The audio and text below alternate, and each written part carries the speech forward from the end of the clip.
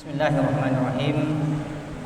Assalamualaikum warahmatullahi wabarakatuh. Innal hamdalillah nahmaduhu wa nasta'inuhu wa nastahdihi wa nastaghfiruh wa na'udzu billahi min shururi anfusina wa min sayyiati a'malina. Man yahdihillahu fala mudilla lahu wa man yudlil fala hadiya lahu. Wa asyhadu an la ilaha illallah wahdahu la syarika lah wa asyhadu anna Muhammadan abduhu wa rasuluh la nabiyya wa la rasula ba'd. Allahumma shalli ala Muhammadin wa ala ali Muhammad kama shallaita ala Ibrahim wa ala ali Ibrahim wa barik ala Muhammadin wa ala ali Muhammad kama barakta ala Ibrahim wa ala ali Ibrahim innaka Hamidum Majid. Ma'asyiral muslimin wal muslimat, sidang jamaah salat tarawih yang dirahmati dan dimuliakan oleh Allah Subhanahu wa taala. Alhamdulillah, kembali kita memuji, bersyukur kepada Allah Subhanahu wa taala karena sampai malam hari ini alhamdulillah kita terus diberikan nikmat yang begitu banyak. Allah terus mencurahkan kenikmatan-kenikmatannya kepada kita sehingga kita masih bisa melaksanakan ibadah demi ibadah, ketaatan demi ketaatan, khususnya di bulan suci Ramadan ini. Bulan yang tentu saja kita berharap bahwa Allah Subhanahu wa taala menerima amalan kebaikan, amalan soleh yang kita laksanakan dan lakukan. Apapun jenis amalan ibadah yang kita lakukan, kita berharap Allah Subhanahu wa taala menerima amalan-amalan tersebut. Ma'asyiral muslimin wal muslimat, jemaah salat tarawih yang dimuliakan Allah Subhanahu wa taala, bagi kita bulan Ramadan adalah seperti madrasah. Ramadan adalah madrasah tarbawiyah, bulan di mana kita ditempah agar kita bisa menjadi insan-insan yang lebih baik, yang lebih berkualitas, yang lebih memiliki kontribusi kebaikan, kemaslahatan atau untuk kemaslahatan umat secara umum. Di dalam bulan ini jemaah kaum muslimin dan muslimat, kita dilatih untuk meningkatkan kualitas daripada ibadah-ibadah kita. Oleh karena itu sangat disayangkan kalau ada yang kualitas bulan Ramadannya sama dengan kualitas bulan-bulan yang lain. Kualitasnya dalam melaksanakan salat wajib tentu saja dilaksanakan sama. Tapi salat sunnah, semestinya di bulan Ramadan seperti ini kualitas daripada salat-salat kita, khususnya salat sunnah, harusnya lebih baik lagi, lebih meningkat lagi, lebih berkualitas lagi daripada di luar bulan suci Ramadan. Ramadan melatih kita, mentarbiyah kita jamaah sekalian menjadi insan-insan yang memiliki kualitas ibadah yang lebih baik. Bukan hanya pada sisi ibadah. Boleh dikata Ramadan ini mengajarkan kepada kita untuk memperbaiki semua lini kehidupan kita, semua sisi kehidupan kita. Namanya juga bulan tarbiyah, bulannya kita ditempah, madrasah tarbawiyah. Karena ujung-ujungnya kita berharap bahwa kita keluar dari bulan suci Ramadan nantinya dengan kualitas ibadah yang lebih baik, peningkatan keimanan yang lebih tinggi lagi daripada bulan-bulan sebelumnya. Di antara sisi kehidupan kita yang juga dituntut lebih baik di bulan suci Ramadan adalah masalah akhlak kita, adab kita, moral kita. Apakah Ramadan ini mampu mentarbiyah kita, mampu menjadi madrasah sehingga kita keluar nanti akhlak kita jauh lebih baik dari hari-hari sebelumnya. Dan di antara yang terpenting dilatih di dalam bulan suci Ramadan adalah bulan ini mendidik kita untuk memperbaiki interaksi sosial kita sesama manusia. Betul bahwasanya bulan Ramadan adalah bulannya beribadah, tapi bukan berarti sama sekali kita menutup diri dari interaksi-interaksi bersama kaum muslimin atau manusia secara umum. Karena diharapkan memang bahwa Ramadan ini memberikan satu tarbiyah dan pendidikan kepada kita agar ke depan pola-pola komunikasi kita, interaksi sosial kita lebih baik lagi. Jamaah salat tarawih yang dimuliakan Allah Subhanahu wa taala, bahkan Ramadan atau bulan yang mulia ini boleh dikata seluruh aktivitas ibadah yang kita lakukan itu bermuara pada satu titik. Jadi semua jenis ibadah, ketaatan yang kita lakukan di bulan suci Ramadan muaranya satu, yaitu membentuk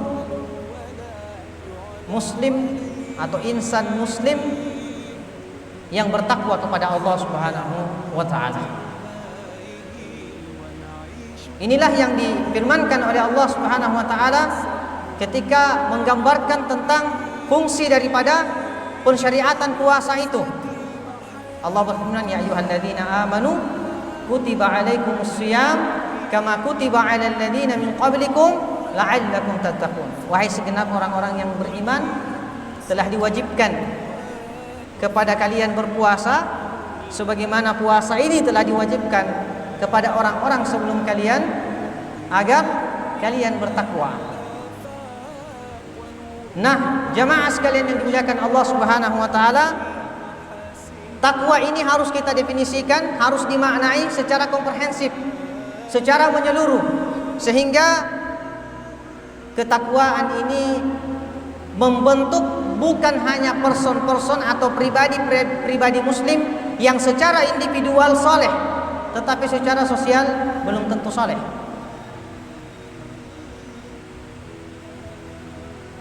Jadi ketakwaan harus kita lihat dari semua sisi. Dan seharusnya ibadah-ibadah dalam bulan suci Ramadan ini mengantarkan kita kepada kualitas muslim yang secara individual, secara personal soleh, tetapi tidak cukup. Seharusnya juga mengantarkan kita menjadi muslim-muslim yang secara sosial memiliki kepekaan, memiliki sensitivitas sosial. Barulah kemudian ketakwaan ini bisa kita maknai secara komprehensif. Makanya jamaah sekalian yang dimuliakan Allah Subhanahu wa taala, kalau kita memperhatikan secara lebih seksama, secara lebih dalam ibadah-ibadah yang Allah Subhanahu wa taala syariatkan di bulan suci Ramadan, ini adalah ibadah-ibadah sebenarnya yang bisa membentuk seorang itu menjadi saleh li nafsihi dan muslihun li ghairihi. Dan itu seharusnya seperti itulah seorang muslim. Makanya jemaah sekalian, poros pembinaan kita itu tidak lepas dari 5M. Poros dari pembinaan khususnya di Stiba ini, pembinaan atau seluruh kegiatan-kegiatan pembinaan yang dilakukan porosnya tidak keluar dari 5M itu. Dan 5M ini mengcover semua karakter seorang muslim yang saleh li nafsihi wa muslihun li ghairihi. Ini yang saya sebutkan dengan saleh secara individual dan saleh secara sosial. Ya, karena penting untuk membangun yang pertama kesolehan pribadi sebelum membangun kesolehan sosial itu. Karena kesolehan sosial tidak akan pernah terjadi dengan baik ya, kecuali terbangun pribadi-pribadi soleh yang lebih awal. Ya, makanya di prinsip 5M kita itu dimulai dengan apa? Dengan mukmin. Mukmin itu kategori seorang yang memiliki keilmuan, seorang yang memiliki pengetahuan, tetapi lebih umum memberikan manfaat hanya kepada dirinya saja. Makanya seorang mukmin itu belum cukup. Belum cukup jamaah sekalian. Mukmin itu baru fase pertama. Kalau mau merangkak ke fase yang kedua, lebih di atasnya lagi dia harus menjadi seorang muslih. Siap untuk melakukan dan memberikan sumbangsi yang terbaik dalam kehidupan personalnya sebagai masyarakat dan sosial secara umum. Dan ini kalau kita melihat ibadah-ibadah yang ada di dalam bulan suci Ramadan, pada asalnya mengajarkan kita atau mengantarkan kita kepada menjadi mukmin dan muslih itu. Nah, coba kita lihat ya. Ibadah puasa misalnya. Ibadah puasa ini yang tadi muaranya pada ketakwaan kepada Allah Subhanahu wa taala memiliki makna-makna yang sangat banyak. Di sana ada terkandung dan tersimpan makna kejujuran. Karena kalau orang berpuasa hanya kita dan Allah saja yang tahu apakah betul-betul kita puasa atau tidak. Jangan sampai ada yang bahasa orang Makassar buka puasa coko-coko. Ya. Mungkin atau tidak itu terjadi? Mungkin. Bisa saja itu terjadi. Ketika seorang berpuasa tidak dibangun di atas kesolehan pribadinya. Artinya dia puasa hanya ikut-ikutan saja. Pada saat kondisi-kondisi tertentu dia buka puasa sembunyi-sembunyi. Tapi kalau dibangun di atas ketaatan kepada Allah, itu tidak akan terjadi. Maka puasa mengajarkan satu nilai yang sangat penting dalam kehidupan kemasyarakatan kita adalah kejujuran itu.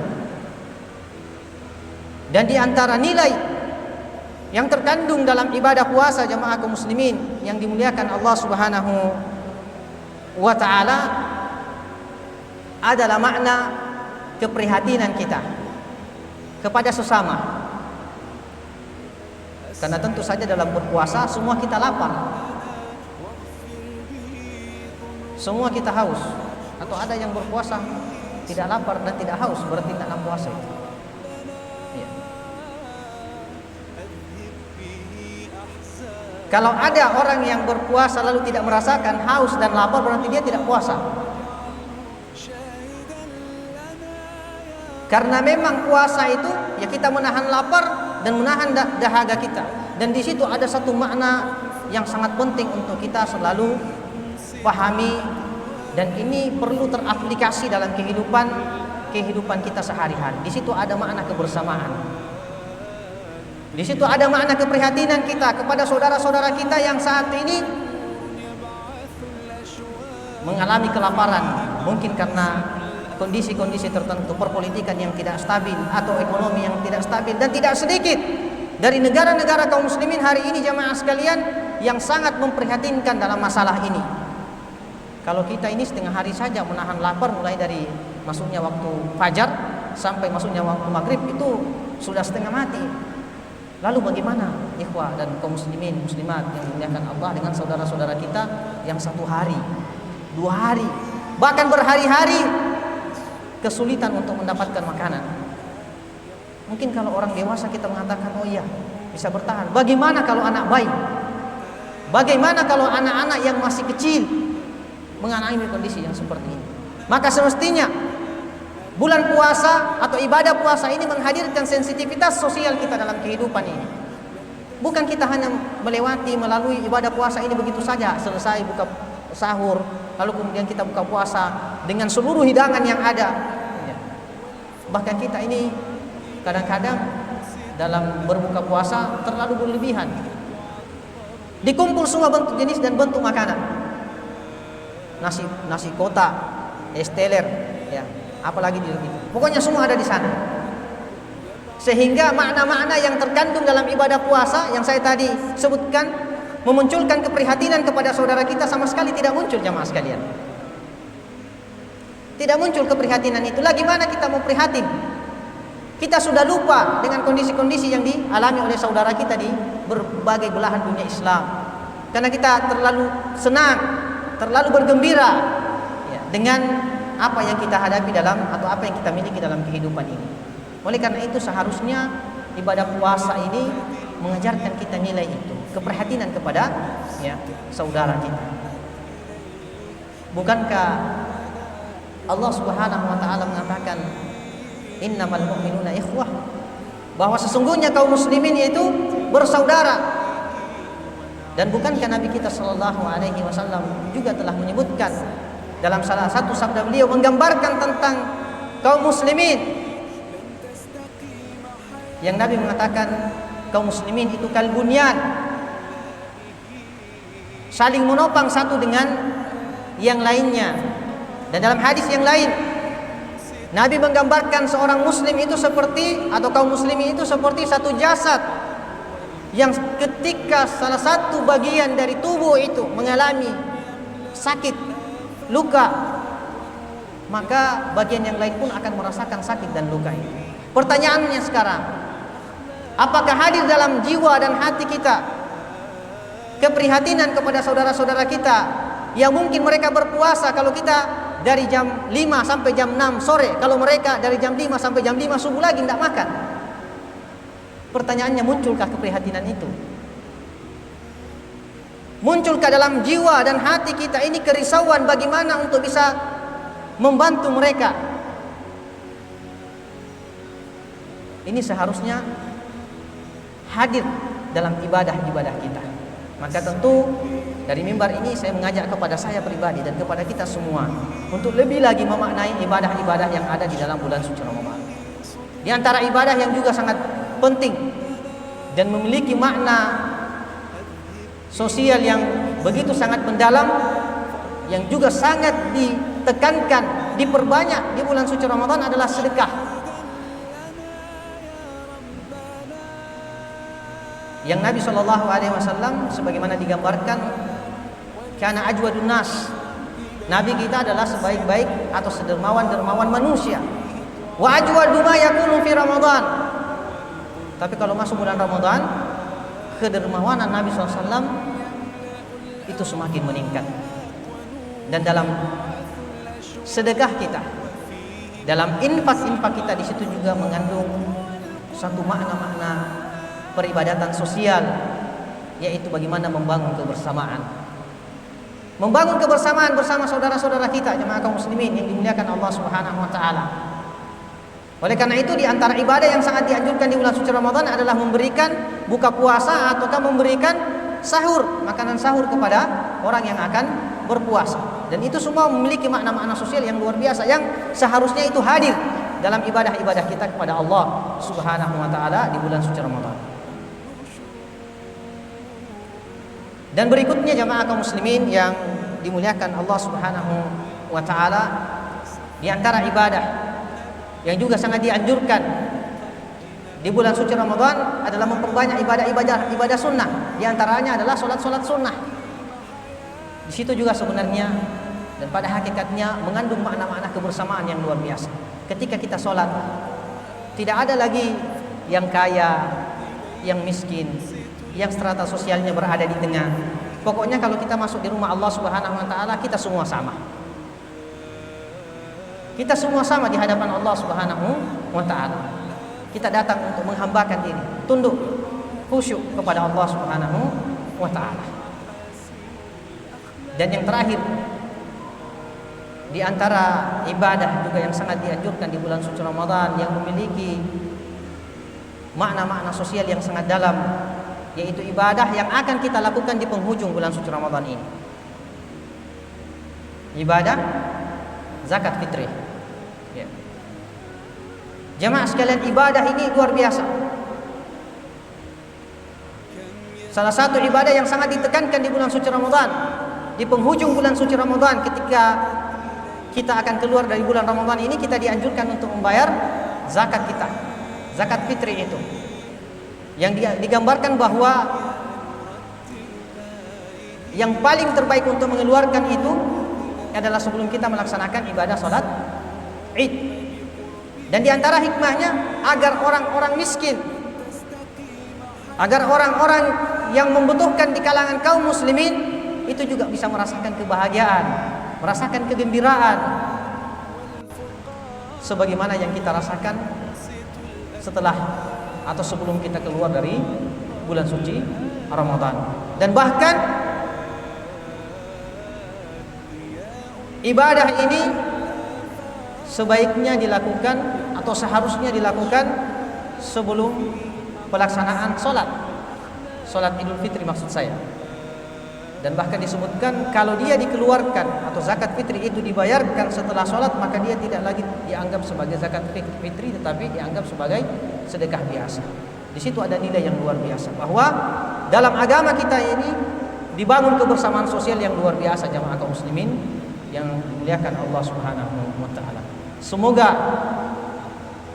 aktivitas dan kegiatan-kegiatan ibadah kita di bulan Ramadan ini bukan hanya sekedar dilaksanakan begitu saja, selesai begitu saja, sebagaimana orang lain menyelesaikan ibadah-ibadah tersebut, tetapi tidak membawa manfaat, tidak menambah keimanan kita, tidak menambah ketakwaan kita kepada Allah Subhanahu wa taala secara personal dan juga secara kolektif bersama dengan masyarakat kaum muslimin yang lainnya.